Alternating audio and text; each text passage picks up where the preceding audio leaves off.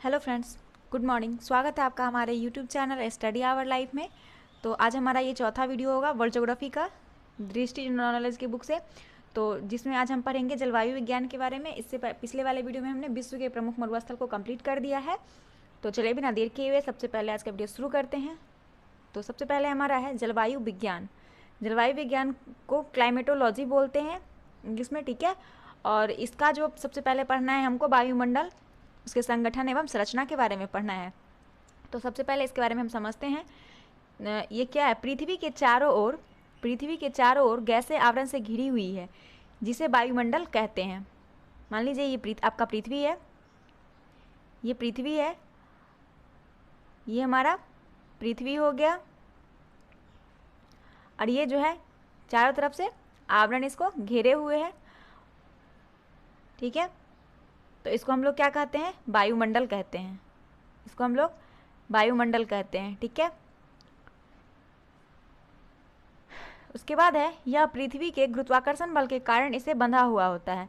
तो अभी आपको बताएं कि ये हमारा पृथ्वी है और इसके चारों तरफ जो वायुमंडल है वो ये एक दूसरे से जो मतलब बंधा हुआ है। क्यों बंधा हुआ है? तो इसका कारण है कि इस दोनों के बीच में जो है वो गुरुत्वाकर्षण बल काम कर रहा है, ठीक है। तो ये लाइन बहुत इंपॉर्टेंट है। ये एग्जाम में आने का ज़्यादा चांसेस है कि पृथ्वी और वायुमंडल के बीच कौन सा बल कार्य करता है, तो वो है हमारा गुरुत्वाकर्षण बल, ठीक है। इसको आप लोग याद रखेंगे।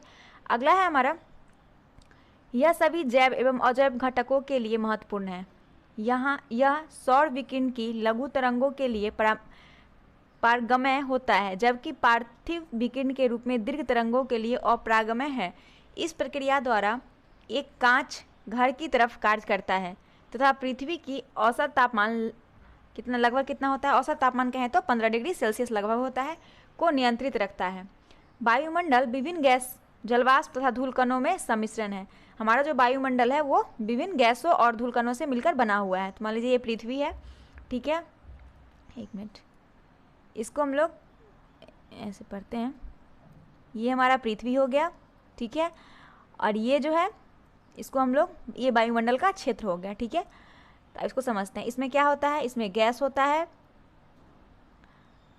जलवाष्प होता है, और क्या होता है? एक धूलकण होते हैं। क्या होते हैं? धूलकण होते हैं, ठीक है। और ये हमारा क्या है? ये हमारा पृथ्वी का सतह हो गया।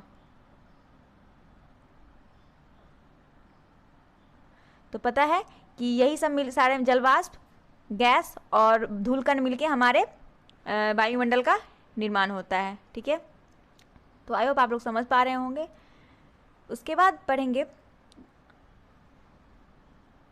का सम्मिश्रण है। इसकी सघनता वायुमंडल के निचले भाग में अधिक है तथा ऊंचाई के साथ विरल होती है, जो लगभग 300 किलोमीटर तक मौजूद है। वायुमंडल के जलवाष्प पृथ्वी की निचली परत में ही लगभग 8 किलोमीटर की ऊंचाई तक मिलता है। तो एक चीज और समझते हैं, हाँ इसको समझते हैं। वायुमंडल में जलवाष्प जो होता है पृथ्वी की, तो वायुमंडल विभिन्न गैसों, जलवाष्प तथा धूलकणों का सम्मिश्रण है। इसकी सघनता वायुमंडल के निचले भाग में अधिक है तथा यह ऊंचाई के साथ विरल होती है, जो लगभग 300 किलोमीटर तक मौजूद होती है। वायुमंडल में जलवाष्प पृथ्वी की निचली परत में लगभग 8 किलोमीटर तक की ऊंचाई पर मिलता है। ध्रुवीय क्षेत्रों में जलवाष्प की मात्रा नगण्य होती है। वायुमंडल को गर्म रखने में जलवाष्प की भूमिका होती है। वायुमंडल जो हमारा गर्म रहता है वो किसके कारण से होता है? तो वो जलवाष्प के कारण होता है, ठीक है। वायुमंडल गर्म होता है। धूलकण आर्द्रताग्राही होते हैं तथा ये जलवाष्प के लिए आधार का काम करते हैं। ये प्रकाश के प्रकीर्णन में सहायक होते हैं। इनकी उपस्थिति में घना कोहरा, कुहासा की उत्पत्ति होती है। तो इसमें हम एक चीज़ समझते हैं कि हमारा जो पृथ्वी का संरचना है वो कैसा है। तो देखिए, सपोज कि ये हमारा पृथ्वी हो गया, ये हमारा पृथ्वी है, ठीक है। ये हमारा वायुमंडल हो गया। तो ये हमारा क्या हो जाएगा? क्षोभ मंडल। पहला हो जाएगा क्षोभ मंडल। 0 से लेके 18 किलोमीटर तक जो हो जाएगा वो हमारा क्षोभ मंडल हो जाएगा। अब 18 से लेके 50 किलोमीटर तक जो हो जाएगा, ये 18 से लेके 50 किलोमीटर तक जो हो जाएगा वो हमारा समताप मंडल हो जाएगा। क्या हो जाएगा? समताप मंडल। और अब 50 से 80 जाएंगे, 50 से 80 पे जाएंगे तो क्या हो जाएगा? ये हमारा ये हो जाएगा मध्य मंडल। और इसे थोड़ा और ऊपर जाएंगे 80 से लेके 640 तक। कहाँ तक जाएंगे? 640 तक। तो ये हमारा हो जाएगा आयन मंडल। ठीक है। और इसके ये जो बाहरी का भाग है इसको हम क्या कहते हैं? वायुमंडल। इसको क्या कहते हैं? वायुमंडल। ठीक है। तो ये है हमारा पृथ्वी का स्ट्रक्चर जिसको हम समझे। तो आप लोग इसको समझने की कोशिश कीजिएगा। उसके बाद आगे पढ़ना है। और इसी वायुमंडल के कारण क्या होता है? घना कोहरा कुहासा की उत्पत्ति होती है। और धूलकण जो होता है वो किस चीज़ से मिलकर बना होता है? धूलकण जो होता है वो बना होता है समुद्री नमक,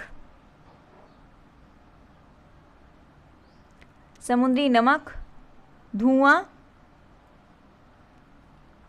और उसके बाद एक है राख और डस्ट वगैरह जो होता है जिसको धूल बोलते हैं। ये सब मिलके क्या बनता है? ये सारे मिलके बनते हैं धूलकण। ठीक है। और धूलकण जो होता है सबसे ज़्यादा होता है उपोष्ण और शीतोष्ण क्षेत्र में अधिक होता है। धूलकण कहाँ होता है सबसे ज़्यादा? उपोष्ण और शीतोष्ण क्षेत्र में सबसे ज़्यादा होता है। ठीक है। तो आई होप आप लोग समझ पा रहे होंगे। अब है हमारा वायुमंडल की गैसें, सूत्र और उसका परसेंटेज। हमारे पृथ्वी में कौन सा गैस कितना परसेंट है? सबसे ज़्यादा क्या है इसको पढ़ते हैं। तो हमारे पृथ्वी पर सबसे ज़्यादा गैस कौन सा है? वो नाइट्रोजन है। पृथ्वी में बोल दिए। वायुमंडल में सबसे ज़्यादा कौन सा गैस है? नाइट्रोजन पाया जाता है सबसे ज़्यादा। कितना? 78.08% नाइट्रोजन गैस होता है। सेकेंड नंबर पे ऑक्सीजन होता है 20.95%। उसके बाद तीसरा नंबर पे आर्गन आता है जो 0.93% है। उसके बाद कार्बन डाइऑक्साइड 0.036% है। उसके बाद neon, krypton, helium, xenon, hydrogen, ये सब गैस हमारे वायुमंडल में पाए जाते हैं। ठीक है। तो आप लोग कोशिश करेंगे कि आर्गन तक का कार्बन डाइऑक्साइड तक का परसेंटेज आप लोग याद रखें। बाकी निम्न गैस जो होते हैं वो सब कम होते हैं। उसके बाद है तापमान तथा अन्य घटकों के आधार पर वायुमंडल को विभिन्न 5 स्तरों में बांटा जाता है। पहला है क्षोभ मंडल, जो बता ही चुके हैं। क्षोभ मंडल कहाँ से है? तो 0 से लेके 18 किलोमीटर तक क्या है? 0 से लेके 18 किलोमीटर तक हमारा क्षोभ मंडल है। ठीक है। यह तो इसके बारे में पढ़ते हैं। यह वायुमंडल की सबसे निचली परत है जिसकी औसत ऊंचाई 13 किलोमीटर है तथा जो ध्रुव पर 8 किलोमीटर तथा संवहनीय धाराओं के कारण विषुवत रेखा पर 18 किलोमीटर है। विषुवत रेखा पर कितना है? 18 किलोमीटर है। उसके बाद है प्रति 165 मीटर ऊंचाई के साथ यह तापमान 1 डिग्री सेल्सियस घटता है जिसे सामान्य ताप हर्ष दर कहते हैं। समस्त मौसमी घटनाएं इसी मंडल में होने के कारण यह मंडल वायु यातायात के लिए उपयुक्त नहीं माना जाता है। ये लाइन बहुत इंपॉर्टेंट है। आप लोगों से पूछा जाएगा कि मौसमी संबंधित घटना किस क्षेत्र में होता है? तो समताप मंडल, मध्य मंडल, क्षोभ मंडल, आयन मंडल। तो आप लोग आराम से इसको टिक कर लेंगे। तो किस में होता है? ये क्षोभ मंडल में होता है। तो आप लोग इसको याद रखेंगे। क्षोभ मंडल में क्या होता है? मौसमी संबंधित घटनाएं होता है जिसके कारण जो है इसमें वायुयान नहीं उड़ सकता है। ठीक है। बहुत बार एग्जाम में ये क्वेश्चन पूछा गया है। उसके बाद है वायुमंडल के 75% तत्वों तथा वायुमंडल का सर्वाधिक सघन स्तर इसी मंडल में है। क्षोभ मंडल के ऊपरी सीमा को क्षोभ सीमा कहलाती है और विषुवत रेखा का पर तापमान -80 डिग्री सेल्सियस होता है तथा ध्रुवों पर -45 डिग्री सेल्सियस होता है। अब अगला है हमारा समताप मंडल, जो दूसरा है, जो होता है ये 18 किलोमीटर से लेके 50 किलोमीटर तक होता है हमारा क्षोभ मंडल। 18 से लेके 50 किलोमीटर तक होता है क्षोभ मंडल। ठीक है।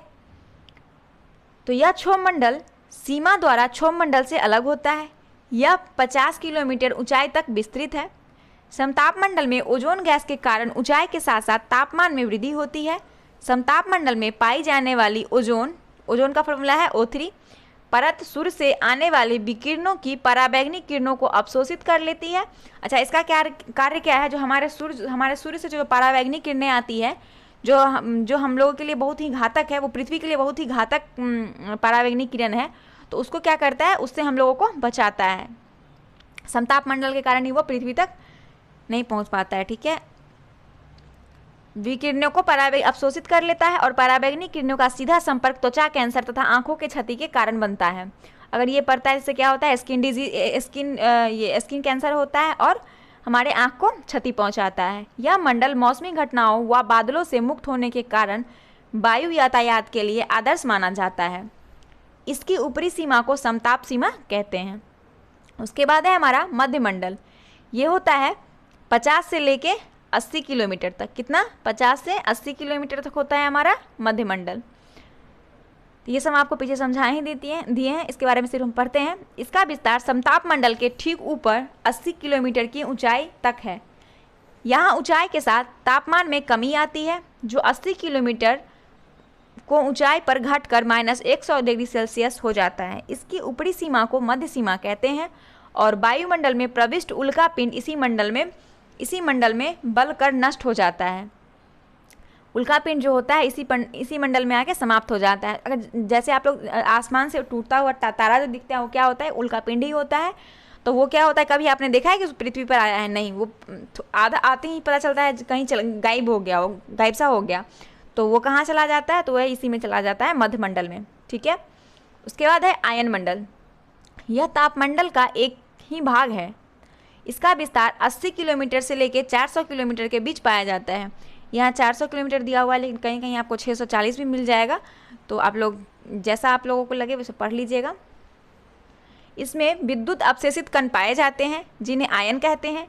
पृथ्वी से भेजी गई रेडियो तरंग इस सशस्त्र से वापस लौट जाती है, जिससे पृथ्वी पर रेडियो एवं टेलीविज़न का प्रसारण सुगम होता है। हाँ, तो एक चीज़ इसे आयन मंडल से आप लोग याद रखेंगे कि टेलीविज़न, रेडियो, इस सब का जो प्रसारण होता है यह कौन से मंडल में होता है? तो आयन मंडल से होता है। यहाँ ऊंचाई के साथ साथ तापमान में वृद्धि दर्ज की जाती है। यहाँ ध्रुवीय प्रकाश की उपस्थिति होती है, जो उत्तरी ध्रुवीय प्रकाश एवं दक्षिणी ध्रुवीय प्रकाश के रूप में होती है।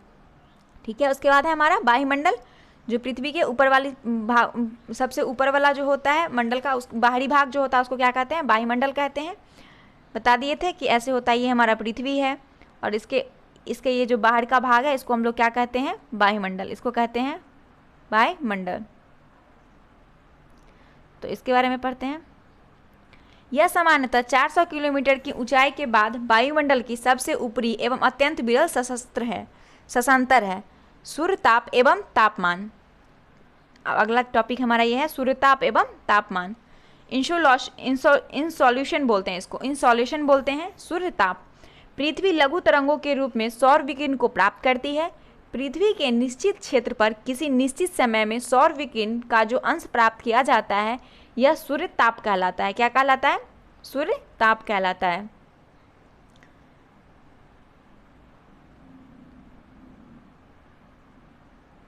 पृथ्वी तल पर सूर्यताप के वितरण को प्रभावित करने वाले प्रमुख कारक शामिल हैं। पृथ्वी को अपने अक्ष पर घूमना, सूर्य किरणों का तिरछापन, दिन की अवधि एवं लंबाई, वायुमंडल की पारदर्शिता, धरातलीय विशेषता एवं जल स्थल का प्रभाव। विषुवत रेखा पर सौर किरणें की लंबवत अवस्थिति के कारण अधिकतम सूर्यताप की प्राप्ति होती है तथा ध्रुवों की ओर सौर किरणों का तिरछापन बढ़ते जाने से सूर्यताप की मात्रा घटती है। किसी भी सतह को प्राप्त होने वाले सूर्यताप की मात्रा एवं उसी सतह से प्रवर्तित किए जाने वाले सूर्यताप की मात्रा के बीच का अनुपात एल्वाडो कहलाता है। एल्वाडो कहलाता है। क्या कहलाता है? एल्वाडो। सूर्यताप की मात्रा और सतह के बीच के जो होता है उसको क्या बोलते हैं? एल्वाडो कहते हैं। वायुमंडल के ऊष्मा का स्थानांतरण 3 विधियों यथा विकिरण, चालन और संवहन प्रक्रिया द्वारा होता है। वायुमंडल का जो ऊष्मा का स्थानांतरण होता है वो 3 विधि द्वारा होता है। कौन सा? पहला विकिरण, दूसरा चालन और तीसरा संवहन। विकिरण की प्रक्रिया में ऊष्मा के स्थानांतरण हेतु किसी माध्यम की जरूरत नहीं होती है। विकिरण का जो रूपांतरित होता है उसके लिए कोई माध्यम का जरूरत नहीं होता है। पृथ्वी सौर विकिरण के रूप में सूर्यताप को प्राप्त करती है एवं भौमिक विकिरण के रूप में इसका उत्सर्जन करती है। पृथ्वी का वायुमंडल संवहन विधि द्वारा गर्म होता है। उसके बाद है हमारा टेम्परेचर। टेम्परेचर तापमान। तापमान का अंशाय ऊष्मा की तीव्रता की मात्रा की माप से है। यह तीव्रता कम या अधिक हो सकती है। वस्तुतः ऊष्मा ऊर्जा का एक रूप है। इससे ऊर्जा की मात्रा का बोध होता है। तापमान को नियंत्रित करने वाले प्रमुख कारक में शामिल है अक्षांश सागर, तल से ऊंचाई, सागर से दूरी, स्थलीय एवं जलीय स्वभाव, धरातल की प्रकृति, ढांचा की तीव्रता प्रचलित पवने, समुद्री धाराएं, उच्चवच, मेघाच्छंदन तथा वनस्पति। उसके बाद है तापीय व्युत्क्रमण, तापीय व्युत्क्रमण, ठीक है। ऊंचाई के साथ तापमान में कमी के बजाय पृथ्वी दर्ज की जाती है, वृद्धि दर्ज की जाती है। पृथ्वी के साथ क्या होता है कि टेम्परेचर के बजाय वृद्धि दर्ज की जाती है, तो उसे तापमान का व्युत्क्रमण या तापीय प्रतिलोमन कहते हैं। धरातलीय प्रतिलोमन सामान्यतः मध्य और उच्च अक्षांशीय क्षेत्रों में जाड़े के रात्रि के समय होता है। शीतकालीन लंबी रातें, स्वच्छ एवं बादल रहित आकाश, शांत वायुमंडल, शुष्क वायु, हिमाच्छादित धरातल इसके लिए आदर्श दशाएं उपलब्ध कराते हैं। तापीय व्युत्क्रमण के निम्नलिखित प्रभाव दृष्टिगत हैं। पहला है, यह घने कोहरे को जन्म देता है, जिससे दृश्यता कम हो जाती है और परिवहन में अवरोध उत्पन्न होता है। जैसे देखते होंगे जाड़े के मौसम में क्या होता है, कोहरा ज़्यादा लग जाता है, जिसके कारण आने जाने वाले यात्रियों को भी दिक्कत होता है, गाड़ी चलाने में भी दिक्कत होता है, ये आप लोगों को पता ही होगा। तो ये किसकी तापीय व्युत्क्रमण का एक कारण है। उसके बाद है, यह चाय कहवा की खेती को लाभ पहुंचाता है और मौसमी स्थिरता को जन्म देकर वर्षण की संभावना को छीन करता है तथा हिम वर्षा के लिए उत्तरदायी है, फ्रीजिंग रेन जिसको बोलते हैं। उसके बाद है वायुमंडलीय आर्द्रता। वायुमंडल में उपस्थित जलवाष्प की मात्रा को आर्द्रता कहते हैं। वायुमंडल में उपस्थित जलवाष्प की मात्रा को क्या कहते हैं, आर्द्रता कहते हैं।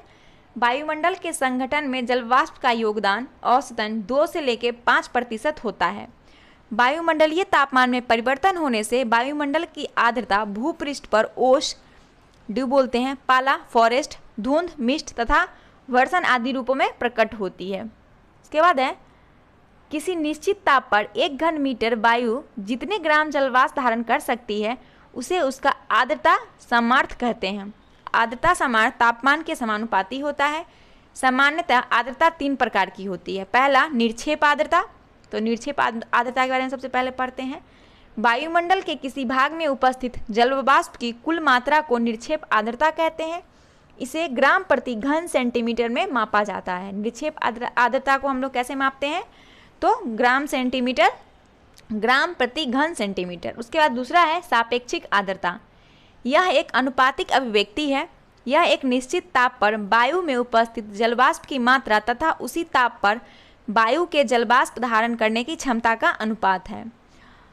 सापेक्षिक आर्द्रता का वायु के तापमान से व्युत्क्रमानुपाती संबंध होता है।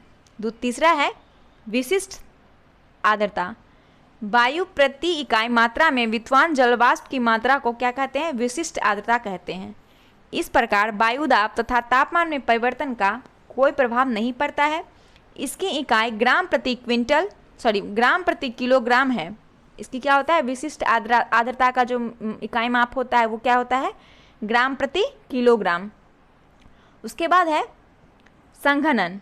संघनन एक ऐसी प्रक्रिया है जिसमें वायुमंडल में विद्यमान जलवाष्प का जलकण या हिमकण में परिवर्तन होता है। संघनन की क्रिया वायु में उपस्थित सापेक्षिक आर्द्रता की मात्रा पर निर्भर करती है। वायुमंडल में जो उपस्थित संघनन जो है वो किस पर निर्भर करता है, तो सापेक्षिक आर्द्रता पर निर्भर करता है। जब हवा में सापेक्षिक आर्द्रता 100% हो जाती है तो उस हवा को संतृप्त हवा कहते हैं। क्या कहते हैं, संतृप्त हवा। जिस तापमान पर वायु को संतृप्त होने पर संघनन की क्रिया प्रारंभ हो जाती है उसे उष्णांक बिंदु कहते हैं। संघनक क्या होता है, उष्णांक बिंदु। संघनन की क्रिया जब प्रारंभ होती है तो उसको क्या कहते हैं, उष्णांक बिंदु कहते हैं।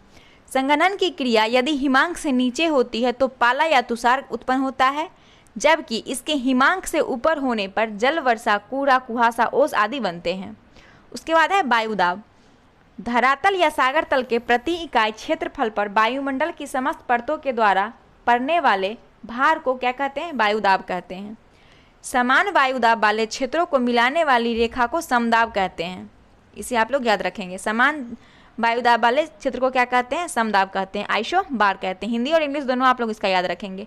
इन रेखाओं के परस्पर दूरियां वायुदाब की दाब की प्रवणता को दर्शाती है। पृथ्वी तल पर सर्वाधिक वायुदाब होता है तथा ऊंचाई के साथ साथ यह घटता जाता है। इसकी माप मिलीबार में की जाती है। वायु दाब का मापन करने वाला यंत्र वायु दाब मापी या बैरोमीटर कहलाता है। वायु दाब मापी या बैरोमीटर किसको कहते हैं? वायु दाब मापन यंत्र को। तो इसे आप लोग याद रखेंगे, ये बहुत इंपॉर्टेंट क्वेश्चन है। वायु दाब का घटना या बढ़ना कई कारकों यथा वायु का ताप, ऊंचाई, जलवाष्प की मात्रा, पृथ्वी के गुरुत्वाकर्षण बल, पृथ्वी की दैनिक गति आदि द्वारा प्रभावित होता है। इसके बाद है जलवाष्प की मात्रा बढ़ने पर वायु दाब में कमी आ जाती है। जब वायुमंडल का दाब सहसा कम हो जाता है तो तूफान की दशाएं उत्पन्न होती है। ये आप लोग याद रखेंगे कि तूफान आने की संभावना कब होती है? जब जलवाष्प की मात्रा क्या हो जाता है? कमी आ जाती है। जलवाष्प की मात्रा में क्या हो जाती? जलवाष्प की मात्रा बढ़ने पर वायु दाब में कमी आ जाती है। और दूसरा क्या है कि वायुमंडल का दाब जो होता है वो कम हो जाता है। अचानक जब कम हो जाता है तो तूफान आने की संभावना होती है। अब है वायु दाब की पेटियां। वायुमंडलीय दाब की अक्षांशीय वितरण के आधार पर पृथ्वी पर 4 मुख्य वायु दाब कटिबंध पाए जाते हैं। विषुवतीय निम्न भूमध्यरेखीय वायु दाब कटिबंध, उपोष्ण उच्च वायु दाब कटिबंध, उपध्रुवीय निम्न वायु दाब कटिबंध तथा ध्रुवीय उच्च वायु दाब कटिबंध। तो विषुवतीय निम्न वायु दाब पेटी विषुवत रेखा के लगभग 5 डिग्री उत्तरी तथा 5 डिग्री दक्षिणी अक्षांशों के मध्य फैली हुई है। वायुमंडलीय शांत दशाओं के कारण इस कटिबंध को डोलड्रम या शांत कटिबंध कहते हैं। यही क्षेत्र अतः उष्ण कटिबंधीय अभिसरण क्षेत्र IDCZ का भी है। उपोष्ण उच्च वायु दाब कटिबंध लगभग 30 डिग्री से लेकर 35 डिग्री उत्तरी और दक्षिणी अक्षांशों के मध्य फैला हुआ है। अत्यधिक शुष्क और शांत पवनों के कारण शीतोष्ण मरुस्थल का निर्माण में सहायक होते हैं। इस कटिबंध को अश्व अक्षांश भी कहते हैं। उसके बाद है उपध्रुवीय निम्न वायु दाब की पेटी 60 डिग्री से 65 डिग्री अक्षांशों के मध्य दोनों गोलार्धों में फैली होती है। यहाँ निम्न वायु दाब पाए जाने के कारण पृथ्वी के घूर्णन से संबंधित है। ध्रुवीय क्षेत्रों में अत्यधिक निम्न तापमान के कारण उच्च वायु दाब पेटी का विकास होता है। इसके बाद है पवन। इसको इस वीडियो में कवर कर लेते हैं।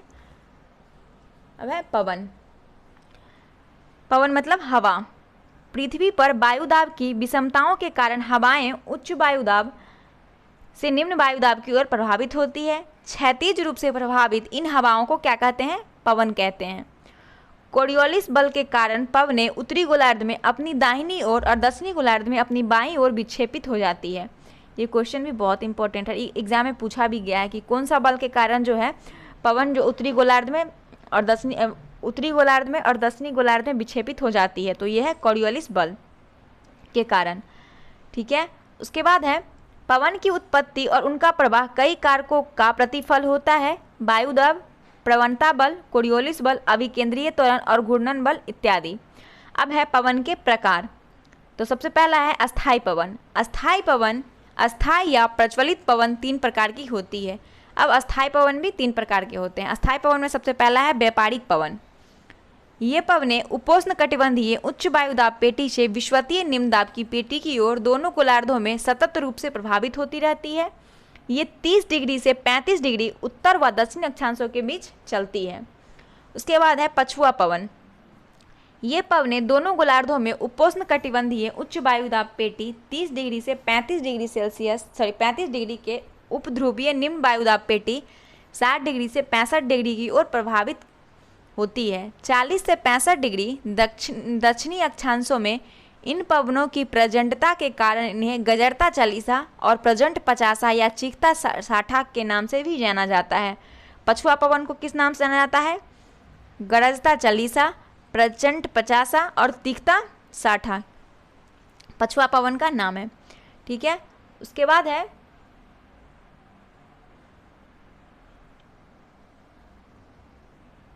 ध्रुवीय पवन। ध्रुवीय पवन क्षेत्रों से प्रभावित पवन को ध्रुवीय पवन कहते हैं। ध्रुवीय पवन में तापमान कम होने के कारण जलवाष्प धारण करने की क्षमता कम होती है, तो उसके क्या कहते हैं? ध्रुवीय पवन होता है। उसके बाद है मौसमी पवन। समायिकी पवनें सामान्यतः 3 प्रकार की होती है। इसमें है मानसूनी पवन। तो चलिए यहाँ से अगले वीडियो में कवर करेंगे क्योंकि वीडियो बहुत लंबा हो जाएगा। तो प्लीज़ आप लोगों का हमारा वीडियो कैसा लगा आप लोग कमेंट बॉक्स में बताएंगे। प्लीज़ आप लोग हमारे चैनल को लाइक करें, शेयर करें, सब्सक्राइब करें और वीडियो को ज़्यादा से ज़्यादा शेयर करें। तो चलिए मिलते हैं अगली वीडियो के साथ, तब तक के लिए धन्यवाद।